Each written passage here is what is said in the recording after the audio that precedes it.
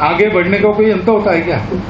इतना आगे जिसका कोई छोर नहीं, जहां पूर्णता ही मर्यादा हो, सीमाओं की डोर नहीं। विकास एक ऐसी चीज है, यहां तक विकास करना सोच के विकास किया, वहां गए, वहां पहुंचने के बाद दिखता है कि इसके भी आगे है, तो मनुष्य है लेकिन मानवता नहीं, इंसानियत नहीं है। वो मनुष्य बन जाए असली पहले, वहां जाने के बाद उसको लगता है लेकिन मनुष्य से कोई होते अति मानव, सुपरमैन कहते, सुपरमैन फिल्में वगैरह निकलती उसमें दिखाते हैं कि अलौकिक शक्तियां जिनके पास होती, तो फिर मनुष्य अलौकिक बनना चाहता है, सुपरमैन बनना चाहता है, अति मानव बनना चाहता है, लेकिन वहां रुकता नहीं, उसको लगता है कि देव बनना चाहिए, तो देवता बनना चाहता है। लेकिन देवता कहते कि हमसे तो भगवान बड़ा है, वो भगवान बनना चाहता है। और भगवान कहता है कि मैं तो विश्वरूप हूं, अभी तो आपको एक रूप में दिख रहा हूं, लेकिन मेरा जो सारे विश्व में व्याप्त ऐसा बिना आकार का रूप है, वो असली मैं। तो वहां भी कुछ है क्या रुकने की जगह, कि वहां से भी आगे कुछ है, ये कोई जानता नहीं है।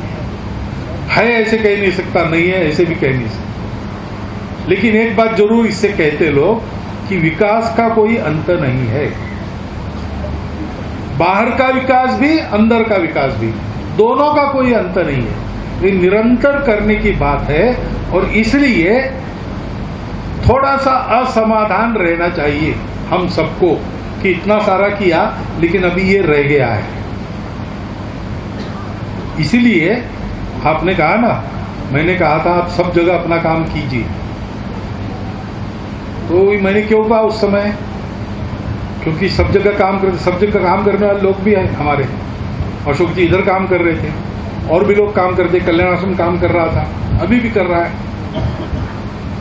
तो एक ही रास्ते पर ज्यादा वाहन हो गए या ज्यादा आदमी हो गए तो टकराते आपस में, इसलिए रास्ते पर नियम रहते, आप बाएं तरफ से जाओ, आप दाहिने तरफ से जाओ। लेकिन ये मालूम है और ये करना भी पड़ता है, फिर भी उस समय ये क्यों कहा मैंने कि ठीक है आपको बाहर के इलाके में भी काम कर सकते हैं, क्योंकि विकास का कोई अंत नहीं। और कार्यकर्ता के मन में ये अनुभव आना चाहिए कि इतना सब कुछ किया और थोड़ा बाकी है, क्योंकि हमेशा और थोड़ा बाकी रहता ही है। और इसलिए यह मत समझना कि इतने इतने काम करते, इतने वृक्ष लगाए अब हो गया, नहीं भाई, हो नहीं गया, वृक्ष लगते रहने चाहिए। इतने लोगों को पढ़ाया, हो नहीं गया भाई, और नई पीढ़ी आएंगी, उनको भी पढ़ाना है, पढ़ाई सतत चलनी चाहिए, स्वास्थ्य की चिंता सतत करनी पड़ती है, ये सारे सतत करने के काम है, इनका अंत नहीं है। और सतत करने में ही इससे पूरा समाधान सबको मिलता है।